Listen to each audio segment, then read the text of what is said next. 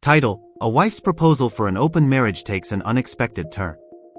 Well, when I finally brought up the topic, he gave a slight smile, chuckled, shook his head, and said, "Absolutely not," and that's the end of it. Then the conversation shifted to something else. I'm at a loss. I adore this man deeply, but I'm weary of him unilaterally deciding the rules in our marriage. Hey everyone. We are back with another story article.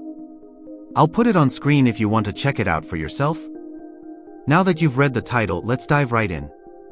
Finally confessed to my husband, not the reaction I expected. I just covered a story where a woman approached her husband about wanting an open relationship. He refused, reacted strongly, and she was surprised by his response. Why are you surprised? Seriously. So a 32-year-old woman here. I recently opened up to my 35-year-old husband about being polyamorous. I think he's suspected it for a while. We've been together for 7 years, and I've always been open about being non-monogamous by nature. He was raised in a strictly monogamous household, and we've been exclusively monogamous since we started dating. I chose to set aside my own orientation for a time, and that's on me. He's my best friend, and I love him more than anything, but I recently developed feelings for someone else, and I knew I needed to be honest with my husband. I don't develop crushes easily, which is probably why it's taken this long to come up. So, I stopped interacting with the person I was interested in until I could talk to my husband. Otherwise, it felt wrong and unfair. I didn't want to be deceitful. So, I told him everything. I shared my views on monogamy and how it can sometimes be toxic, which he's known for a while, my previous experiences in polyamorous relationships, what it means to be polyamorous versus just having an open relationship, and my desire for us to consider adjusting the boundaries in our marriage to allow us both to explore a polyamorous lifestyle, something I've wanted for years. He's monogamous, I'm not. I explained that all I wanted was for him to look at some articles I had ready, plus a few books I really wanted him to read. I didn't ask him to jump in or start immediately, I just wanted him to learn more about my orientation before we decided on or agreed to anything. I wanted him to understand that part of me, that's all I was asking him to do. Part of my issue is that my husband has always had the final say in our sex life and relationship, about everything. He's very, very traditional. I'm extremely adventurous. I want variety, he says no, so we don't explore that side. Sometimes, if he's had a few drinks, I get to introduce some new elements into our bedroom, and it's amazing. Otherwise, it's very straightforward, as he jokingly says. He's asking me to pretend he's my first and only when he's definitely not. He gets upset when I mention past partners or any sexual experiences I've had. I can't bring up ex-boyfriends, ex-girlfriends, or previous relationships without him becoming tense and distant. It's frustrating and stifling. It makes me feel, pardon my language, like he sees me as being promiscuous. I feel harshly judged. So anyway, when I finally brought it all up, he gave a slight smile, laughed, shook his head, and said, "Absolutely not, and that's final." Then the conversation drifted to something else. I'm at a loss. I love this man so much, but I'm tired of him being the one who decides all the rules in our marriage. There's no discussion, not even a discussion about having a discussion. He just says no, doesn't listen, and I have to drop the subject. I feel like I'm suffocating, but I don't want to lose him. He's my soulmate and the love of my life. He's just extremely insecure about sex and relationships. It's really hard. Should I just drop it and let it go? Should I choose him and his needs over mine? Should I try approaching it again? I'm not looking to pressure him into polyamory or even an open marriage. I just want him to consider that my definition of marriage is different from his and try to see it from my perspective. That's it. I don't know, I'm just lost. So basically, you didn't share this with him before getting married, and now you're trying to change the terms. That's not how it works. I don't understand why people keep doing this. Well, I married my husband, now I'm finally going to tell him how I really feel. But you didn't say that before you were dating because you didn't want to lose him. You wanted that ring, you wanted that wedding more than anything. I just covered a story like this. A woman came out to her husband saying she wanted an open relationship. She thought it was the perfect time because he had opened up to her emotionally. She thought it was the perfect moment to ask to explore relationships with other people. He said absolutely not, and she was upset. How dare he? She felt tricked. She thought they were going to open the relationship one day. Now, here this woman is. I never told him how I really felt, but you're expecting him to say yes. It's like if someone asks you a question that requires a yes or no answer, and you get upset when they say no. Don't ask me to do something for you and then get angry if I decline. If I don't feel comfortable with it, why would I agree? I sense this marriage is headed for trouble. Maybe you need to consider separating. He might need to consider that as well. Let's look at some of the comments. Commenter, honestly, there's really nothing you can do.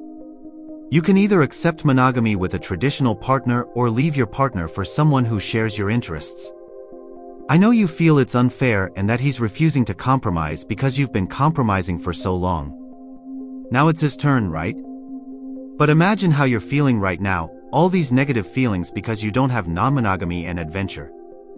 Your husband will experience all those same negative feelings if he doesn't have monogamy and the kind of intimacy he values. Absolutely. Original poster, OP, thank you. That's a really fair perspective. I pride myself on being introspective, and I know it's not on him that I've strayed so far from myself that I ignored important parts of who I am. That's not his fault, you're right. I need to remind myself that I'm not frustrated with him. He is who he was when we got married. I knew who he was. It's my fault I wasn't honest with him about who I was. See, you need to consider the implications here. You weren't upfront with him, you withheld important information. If anyone was misleading, it was you. You pretended to be okay with monogamy and a traditional relationship, but really, you're seeking something else, and he's not on board with that. Another commenter, well said, but it's not really over unless OP decides it is. Lots of people live their whole lives in similar situations. Yeah, they stay together. Do you think she's going to suppress her desires indefinitely? Do you think she's going to continue having a straightforward, intimate life with her husband when she wants more? I don't think so. She may end up seeking fulfillment elsewhere. Someone else comments, out of curiosity, if this was something you've known about yourself for a while and actively pursued as a relationship style, how did you date, get married, and have a multi-year relationship with your husband without having that conversation? I know it's cliché, but have you two tried therapy? OP, I was asking him for it. I have a personal session on the 21st. I was going to ask if he would join me for a session next month. We've broached the subject before, but it always faded away. Polyamory aside, there's a severe lack of open dialogue on his part. Open communication about anything is important in any relationship. Having some kind of mediator, especially if they are familiar with polyamory, would be a great benefit, I think. Even if we don't necessarily become polyamorous, we can truly understand and respect each other. Another commenter, open communication is key. Having someone facilitate that conversation could help. OP, thank you. I have a friend who's all about sexuality and orientation acceptance. He's come around and had light talks with my husband about it. Maybe I'll ask him to reach out and take my husband for coffee or something. Maybe if it comes from someone else, he might be less embarrassed or insecure. But you need to be careful not to pressure him into something he's not comfortable with. He doesn't want to explore relationships with other people. He doesn't want his wife to be involved with others. He wants a monogamous relationship, and that's valid. Guys, let me know what you think about this in the comments. I'll catch you at the next one. Title, Ultimate Revenge on an Unfaithful Wife. The greatest revenge is living a joyful life while having your cheating ex pay you child support. Settle in with a cup of coffee or tea because this is a lengthy tale. I apologize for its length, but I hope it's worth your time. My journey toward revenge began when I uncovered my wife's infidelity. Let's call her Carrie. After 14 years of marriage and 3 children, I caught a glimpse of a text on her work phone that would forever alter my life. The message was sexually explicit and had no place on a professional device. It appeared on the lock screen, and the sender's name was visible. We'll refer to him as Perry. A bit of background. I married Carrie when I was 25 and she was 22. At the time, I was teaching high school and she was a registered nurse. After our first child was born, Carrie chose to become a stay-at-home mom. Finances were tight, so I accepted an administrative role in my department and coached 2 sports teams to earn extra stipends. We managed, and after a few annual raises, I stopped coaching and took advantage of a program to obtain an administrative credential. Once I transitioned into administration, our youngest child was ready for preschool, and Carrie decided she wanted to return to work. While nursing jobs are plentiful, they aren't always the most desirable. Carrie essentially had to start from scratch, working alongside much younger nurses who could handle consecutive double shifts, which was exhausting for her. When she inquired with her supervisor about other positions, she was informed that without a BSN, Bachelor of Science in Nursing, she wouldn't be able to advance. At that point, she only had a 2-year ADN, Associate Degree in Nursing. I assured her that between preschool, after-school programs, and my retired mother who was always willing to pick up the kids and look after them, I would support her in pursuing her BSN. It took her 3 years, but she eventually earned her BSN and was promoted to a better position at the hospital. For a while, things were going well. We had ample money, so we finally moved into our dream house, bought new cars, and so on. I had transitioned from school administration to district administration, giving me more time to spend with Carrie and the kids. She was working a more consistent schedule, and even though I often worked long hours, these changes allowed us to finally take vacations to all the places we'd listed during our honeymoon. She kept that list in our wedding album. At some point, I noticed she was carrying 2 phones. When I asked her about it, she explained that the hospital had provided her with one. I didn't question it since my own district had offered me the option of a phone or a stipend, and I had opted for the stipend. Months passed, and I believed we were a happy, perfect family. I charged my phone in our den, while she charged hers in the guest bedroom that doubled as a computer room where we could monitor the kids' internet use. One day, I was updating software on the computer when I noticed a light emanating from her work phone. She usually placed her phones face down while charging them. Curious, I flipped it over. A message had appeared on the lock screen, asking when she'd like to be orally pleasured again, in much more explicit terms. It was from Perry.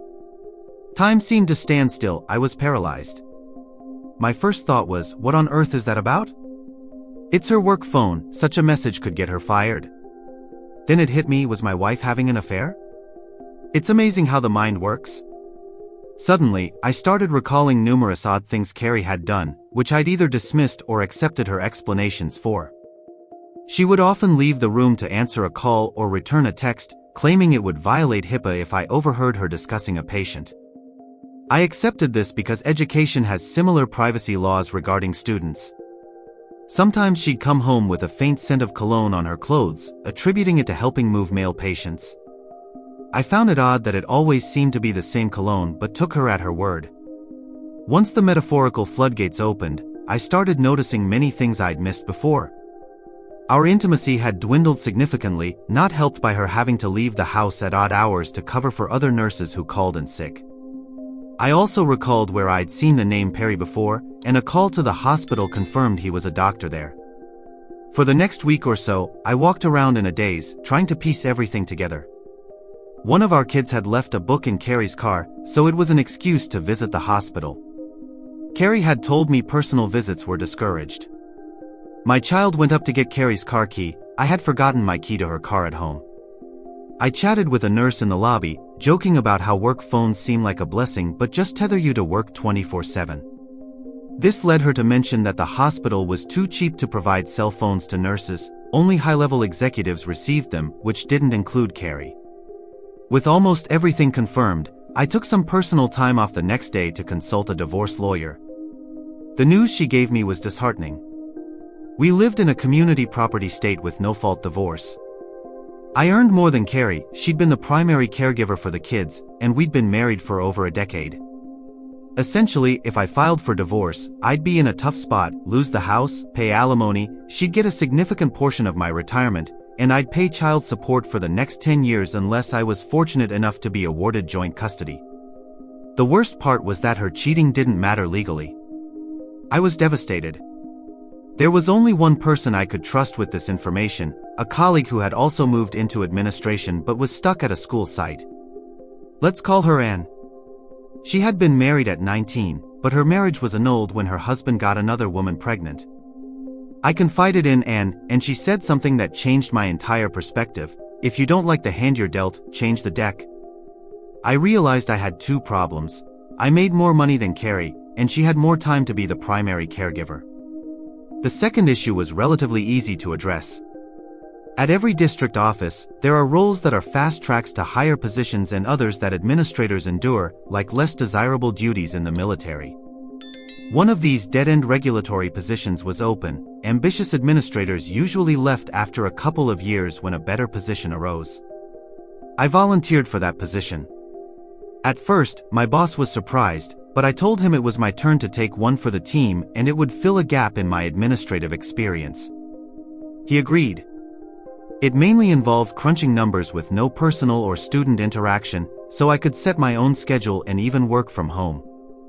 With my new flexible schedule, I began taking the kids to school, picking them up, not leaving them in after-school programs or with my mother, and taking them home. I'd help them with their homework, make dinner, and so on. While the end goal was to become their primary caregiver, I can't express how much I genuinely enjoyed being more involved in their daily lives. My salary hadn't decreased, so I needed to find a way for Carrie to earn significantly more than she did in her current nursing position. I remembered Carrie being upset after earning her BSN when her supervisor told her that in the future, bachelor's degrees would be worthless and everyone would need at least a master's degree. Carrie had worked hard for her BSN, and her supervisor's comment undermined her efforts. I encouraged her to start an MSN, Master of Science in Nursing program. I told her that since I had a much more flexible work schedule, I would continue taking care of the kids. She was hesitant at first, but I said, you could have every evening free to study or attend classes, whatever you need. I saw her eyes light up, probably thinking she'd have more time to spend with Perry. To ensure she was actually completing her MSN courses, I paid her tuition and fees directly to the university. It would take her between 2 and 3 years to finish. Those years were tough at times. I could tell every time she was rushing off or returning from seeing Perry, there was an excitement or satisfaction in her eyes that wasn't there when she was doing her coursework. I had to either smile or pretend not to notice.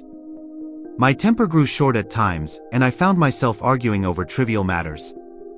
A couple of times, I almost blew the whole charade, having to bite my tongue and apologize rather than hurl the insults she deserved. And remained my confidant throughout all of this. I'd recommended her for my previous fast-track position, and she joined me at the district office. And was qualified, hardworking, ambitious, and just needed a foot in the door to impress the higher-ups. I even received a few pats on the back for recommending her after she impressed everyone. Anne and I began our own affair. It wasn't some passionate romance but two friends giving each other what they needed. Without Anne, I wouldn't have been able to maintain the facade of the oblivious husband. When Carrie would come home smiling after spending time with Perry, I could bear it and smile back because I had my own secret. After 3.5 years, Carrie completed her MSN and was promoted at her hospital. Her salary increased substantially and was now higher than mine. When the kids and I made her a congratulatory dinner, I joked about her being the family's breadwinner now. She laughed, joking back that I should be a stay-at-home dad. A month later, I returned to the lawyer, who didn't remember me at first. I told her the financial situation had drastically changed. With these new facts, she drafted the petition and filed it. When the kids were with my mother, I had Carrie served. A deputy knocked on the front door, and I let him in, pointing at my wife. He asked her name and then handed her a copy of the divorce petition. With the deputy standing there, I told Carrie I knew all about her affair with Perry, but I didn't tell her how long I'd known.